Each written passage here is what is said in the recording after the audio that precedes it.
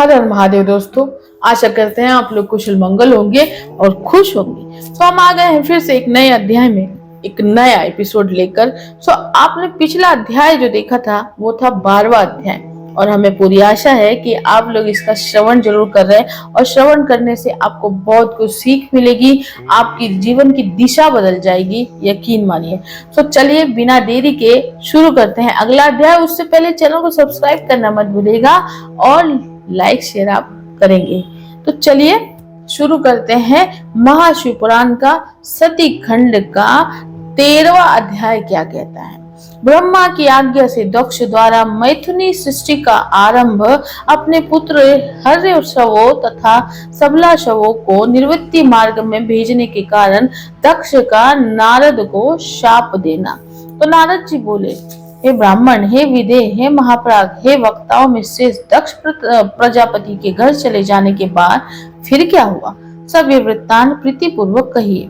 ब्रह्मा जी बोले, हे नारद, दक्ष प्रजापति ने अपने आश्रम में जाकर प्रसन्नचित्त हो मेरी आज्ञा से बहुत सी मानसी सृष्टि की, किंतु उस प्रजा सृष्टि को बढ़ता हुआ ना देखकर दक्ष अपने पिता यानी मुझ ब्रह्मा से कहने लगे।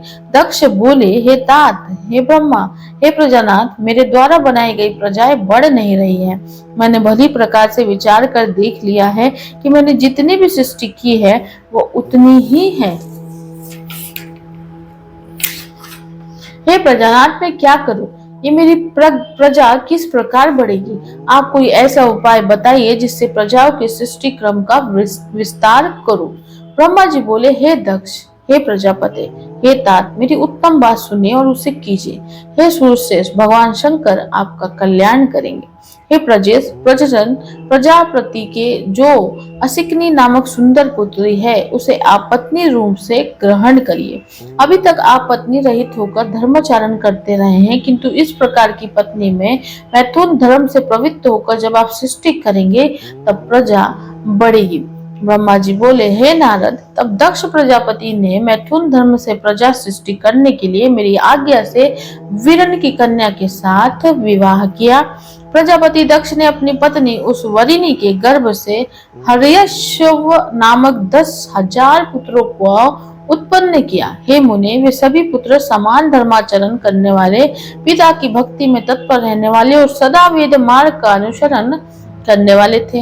हे तात, वे सभी दक्ष पुत्र अपने पिता की आज्ञा पाकर सृष्टि के उद्देश्य से तपस्या हेतु पश्चिम दिशा की ओर चले गए। वहां पर परम पवित्र नारायण स्वर नामक तीर्थ है, जहाँ दिव्य सिंधु नदी तथा समुद्र का संगम हुआ है। उस तीर्थ के स्पर्श मात्र से उनकी बुद्धि अत्यंत निर्मल हो गई और पाप के दूर होते ही वे सभी परमहंस धर्म में स्थित हो गए।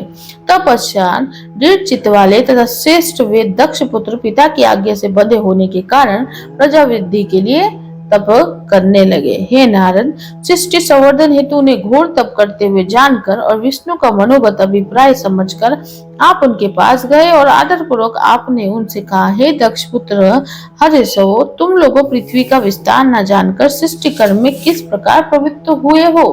ब्रह्मा जी बोले, वे हर्यशवगण आपकी कही हुई बात सुनकर सृष्टि के विषय में सावधान होकर मन में बहुत विचार करने लगे। जो उत्तम शास्त्र रूपी पिता के निर्वृत्ति परक वचनों को नहीं जानता, वो मात्र गुणों पर ही विश्वास रखने वाली सृष्टि का उपक्रम किस प्रकार कर सकता है?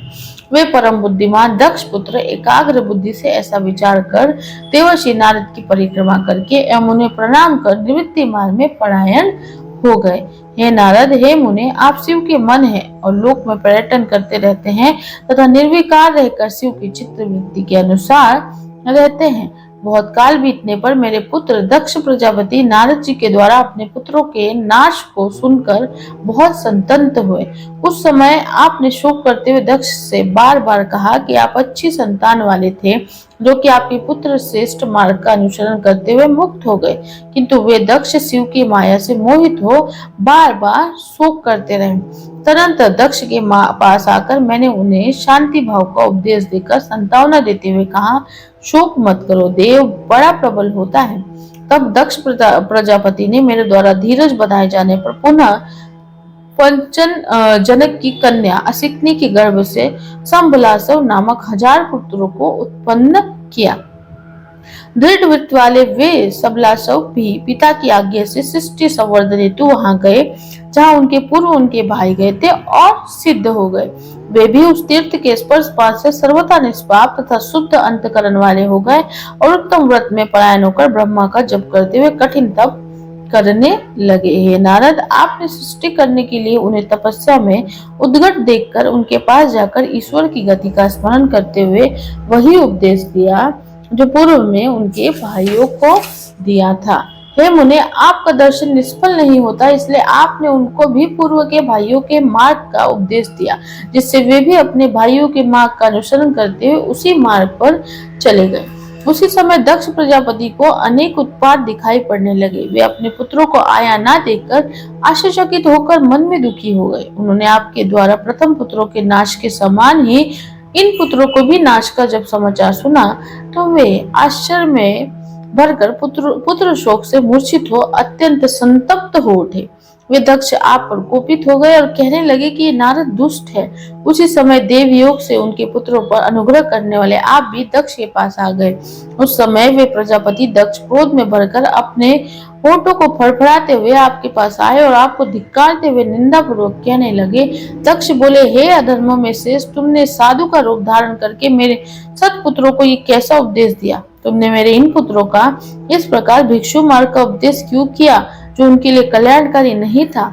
तुम्हारे जैसे निर्दयी संत ने देव, ऋषि तथा पितृ ऋण से मुक्त हुए बिना ही मेरे पुत्रों को ऐसा उपदेश देकर उनकी इस लोक तथा परलोक के कल्याण को नष्ट कर दिया। क्योंकि जो बिना तीनों ऋणों से मुक्त हुए भी वे माता पिता को छोड़कर मोक्ष की इच्छा करता हुआ निवृत्ति मार्ग का अनुसरण करता है, वह नरकगामी होता है। तुम निर्दयी, अत्यंत निर्लज हो, बालकों को बहकाने वाले तथा यश को नष्ट करने वाले हो। हे मूर्ख, तुम हरि के पार्षदों के बीच में व्यर्थ ही विचरण करते हो। हे अधम माधम, तुमने बार बार मेरा अहित किया है, इसलिए लोक में भ्रमण करते हुए तुम्हारा पैर स्थिर न रहे।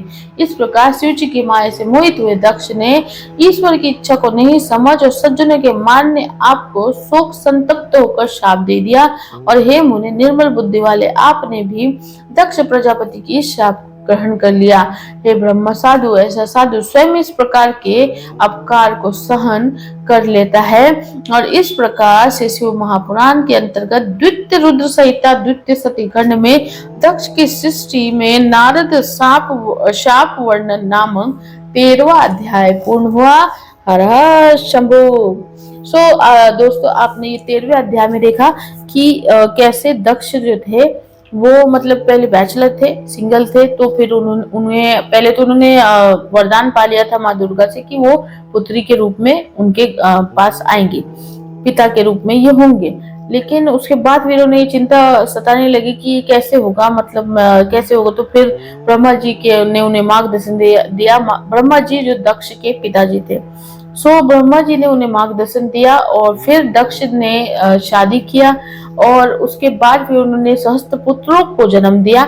लेकिन ये पुत्र क्या हो गए कि ये कुछ मतलब ज्यादा ही तप करने लग गए और तप करते करते नारद जी जो थे उन्होंने उनको उपदेश दिया। उन्होंने नारद जी को अपना गुरु बनाया और तप करते करते वो फिर मोक्ष को प्राप्त हो गए। ऐसे ही फिर दक्ष फिर दुखी हो गए कि भाई इतने पुत्रों को मैंने तो अपना सृष्टि रचने के लिए बनाया था, तो पर वो तो मोक्ष को प्राप्त हो गए। तो फिर उन्होंने वापस से कुछ 1000 पुत्रों को उत्पन्न किया एंड उनको भी फिर नारद जी ने उपदेश दिया और वो भी मोक्ष को प्राप्त हो गए। तो फिर अभी दक्ष प्रजापति को गुस्सा आ गया कि भाई यार, मैं पुत्रों को उत्पन्न कर रहा हूँ सृष्टि बढ़ाने के लिए, मेरा वंश बढ़ाने के लिए, और ये नारद जो है, नारद जी उन्हें भड़का दे रहे हैं और उन्हें मोक्ष की राह पे भेज दे रहे हैं। तो ये एक, पर इसमें एक सही बात ये बोली गई है, आपने शायद ध्यान दिया हो कि इसमें जो बोला गया है कि जब कोई व्यक्ति ना, ये जो आजकल करने लगे हैं मोस्टली, हमने बहुत जगह देखा है कि ना सब काम धंधा छोड़ के अपने कर्मों को छोड़कर लोग ना मतलब एक अलग ही इतने इतने बच्चे खासकर हम कास्टिज्म नहीं बोलेंगे इसमें, ना ही कास्ट के बारे में बोलेंगे, लेकिन कुछ ऐसे लोग हैं जो कि बच्चों को भी नहीं छोड़ते और उन्हें भी ना धर्म और त्याग की राह पे भेज देते हैं बिना कर्म किए। तो इसमें एक सही बात ये बोली गई है कि जब तुम पैदा हुए हो तो तुम्हें कर्म करना है, क्योंकि तुम कर्म के लिए ही पैदा हुए हो। तुम्हारा जन्म कर्म करने के लिए ही पैदा हुआ है। तुम्हारी आत्मा जो है, जिसने पिछला कार्य अधूरा छोड़ा था, उसी को पूरा करने के लिए तुम इस कर्म में पैदा हुए, इस जन्म में पैदा हुए। लेकिन इस जन्म में किसी के बोलने पर, किसी के फुसलाने पर अगर तुम अपना कर्म नहीं करते हो और तुम सब कुछ छोड़कर तुम्हें लगता भाई हम संत बन जाएंगे, हम साधु बन जाएंगे और हम तो भक्त भिक्षुक बन जाएंगे, भिक्षा मांग मांग के हम अपनी जिंदगी चलाएंगे, तो हम बहुत अच्छे बन जाएंगे और हम मोक्ष को प्राप्त होंगे। लेकिन ऐसा नहीं होता। जब तक तुम अपने कर्म नहीं कर लेते हो, आप अपने मोक्ष को प्राप्त नहीं होते हो। ये दुनिया में आपको मोक्ष तभी मिलता है जब आपकी आत्मा पूरे कर्मों को, अपने जितने भी आपके कर्म है, जितने भी आपके जन्म है, उस सारे जन्मों के कर्मों को भोग ले, तब जाकर आपको मोक्ष मिलता है। वो भी आप अध्यात्म की राह पर अगर चलते हो, आप उस राह पर चलते हो, सच्चाई से चलते हो, सारे पापों का अंत कर देते हो, शुद्ध मन हो जाता है आपका, तब जाकर आपको मोक्ष मिलता है। ये लोगों का मिथ हो गया है कि भाई चलो कुछ काम धंधा नहीं है तो ये छोड़ो वो छोड़ो और चलो निकल पड़ो, और उनको लगता है कि भाई हम अध्यात्म की राह पे। अध्यात्म की राह ये बिल्कुल नहीं है। आपको हम बता रहे, अध्यात्म की राह बिल्कुल नहीं है कि आप सब कुछ छोड़ दो, कर्म छोड़ दो। ऐसा होता फिर महादेव फिर अपना गृहस्थ जीवन अपनाते ही नहीं, वो तो योगी ही बने रहते, है ना। उन्होंने सृष्टि रची है ना, तो उन्होंने गृहस्थ जीवन बनाया है, उन्होंने कर्म बनाया है। तो तुम वो कर्म को छोड़कर तुम भाई अपना ही वो कर रहे हो, तुम छोड़ रहे हो सारा काम धंधा और तुम चल रहे हो बस भिक्षा मांगने, और तुम्हें बस अभी किसी चीज की रिक्वायरमेंट नहीं। ऐसा नहीं होता है। आपको अपना पूरा कर्म जीना है, उस कर्मों को अच्छा बनाना है, और आपको ऐसे कर्म करना है कि अगला जन्म आपको मिले ही ना, आपको मोक्ष मिले।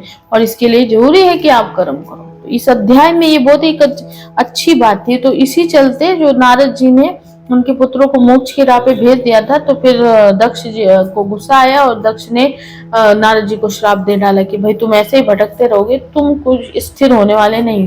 सो ये इस अध्याय में था। सो आई होप आपको ये अध्याय बहुत पसंद आया होगा, तो इसका श्रवण जरूर करिएगा। और हम आपको मिलेंगे नेक्स्ट एपिसोड में नए अध्याय के साथ। तो अपना बहुत बहुत ख्याल करिए और सब्सक्राइब जरूर करिए। और आपके मन में जो भी बात है कमेंट जरूर करिए। आपके मन में कोई भी सवाल हो अध्यात्म को लेकर, किसी भी चीज को लेकर, आपकी लाइफ से रिलेटेड, करियर से रिलेटेड, कुछ से भी रिलेटेड, पास्ट लाइफ से रिलेटेड कुछ भी, तो हमें जितना ज्ञान है वो हम आपके साथ साझा करेंगे। हर हर महादेव।